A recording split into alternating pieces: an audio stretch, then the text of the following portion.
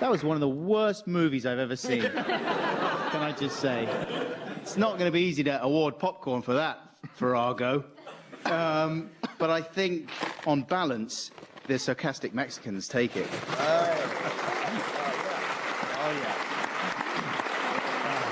So you're giving out points for people who read things out rather than made the sound effects. That's true, isn't it? I've got it back to front in a way, haven't I? Samba band. The Samba band. And the head crushing. Yeah. That sounded just like John's head, what it would be like. That's true. But, you know, life's unfair. Did you know that? Now. It's time to strap the panelists to their swivel chairs and drop them down the lift shaft of the next round. Sometimes, just when you think things can't get any worse, along comes a new Guy Ritchie film to remind you that it can. But what Guy Ritchie does better than anyone else alive is come up with brilliant names for villains. From Barry the Baptist in Lock, Stock and Two Smoking Barrels, and Nick the Greek in Lock, Stock and Two Smoking Barrels, to Harry the Hatchet in Lock, Stock and Two Smoking Barrels, and Angry Anderson, who did the theme tune for Scott and Charlene's wedding in Naples.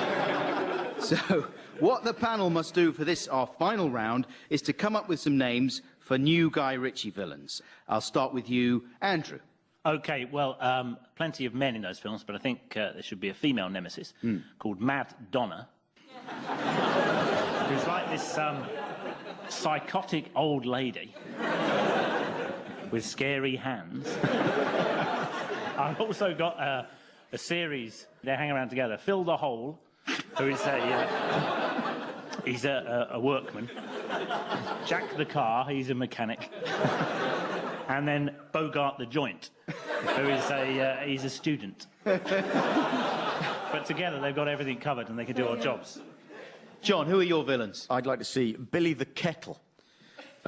He simply blows a whistle when he's hot.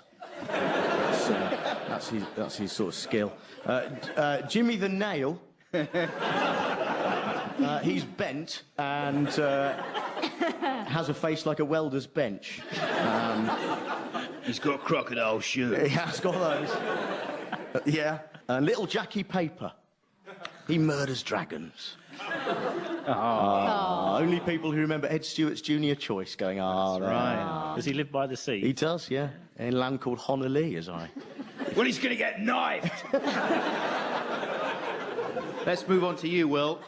Well, I thought you could have Bob the Builder. He fixes things. And then Bagpuss. He puts his victims in a bag with a feral cat. And Finger Bob. Now, I don't want to say what he does, but if your name's Bob, you'd best stay sitting down. Emma, what have you got? I've got Tony the Tony, who's a man so dull, his only notable feature is his name said twice. And then if in doubt, just SpongeBob Squarejaw. I've got Mickey Football. One of his testicles is shaped like a foot. How does that help in a fight? He's handy with it. And then I've got Yentob. He believes he's Alan Yentob, and he's always making documentaries about the other guys in the gang. Why are you in this? Why are you in the round? I just joined in the round. Oh, how nice. That's Are you really worried sweet. he's going to give himself popcorn? Jon Holmes has just you joined in the round, and popcorn. I thought, well, you know, I could have your popcorn because they were really good, Adam, those answers. You're making a mockery out of this scoring system. Yeah, no. Here we go. Andrew Collins is coming over and trying to steal... Oh! I'm not nicking it. I'm In a time of confusion. I'm not nicking it. Sit down, all of you. We have to move on. It's time for us to count up the popcorn pieces and see who goes through to the final gladiatorial showdown in the I'm Spartacus Thunderdome. 2 men enter, 1 man leaves, unless it's a woman, of course, in which case that's, also fine. Genuine Deep Throat movie voiceover man, can you tell us, please, how the panelist piles of popcorn are looking? Well, in my humble opinion, I'd say Will and John are streets ahead.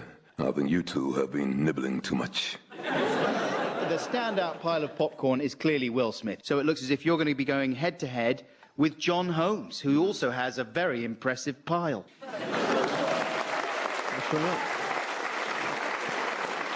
So, it's time for Will Smith and Jon Holmes to step forward and commence the ultimate fight to earn the right to call themselves Spartacus. So, I want you to try and persuade me and each other which one of you is Spartacus. Whoever is Spartacus when the klaxon goes off is Spartacus.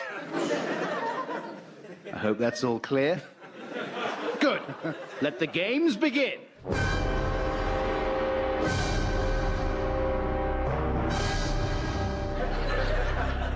And they're staring at each other intensely. Who will be the first to speak? If you cut me open, it says Spartacus. A devastating opening gambit from Will Smith. How will Jon Holmes respond? If an estate agent showed you round me, he would say, I'm deceptively Spartacus. It's a body blow, surely. Will Smith is reeling. How's he going to come back? When I go to see The Who, and they sing, Who Are You? The rest of the audience point at me and say, he's Spartacus. Devastating. Holmes is reeling. He's up against the ropes. I'm not Spartacus. Oh, the double negative. Will Smith is clasping his forehead with panic. Kirk Douglas sent me a card saying, I'm not Spartacus. You are. Holmes is getting desperate. He's got a mad look in his eye. My favourite food is asparagus. And if you go by the logic that your name almost rhymes with your favourite food, then I'm Spartacus. I mean, you could retire voluntarily at this point. Or do you want to see it through? Will Smith is looking confident. My email address is spartacus1@hotmail.com. But mine is Spartacus. Yes, but yours is spelt with a K. Oh, the klaxon goes!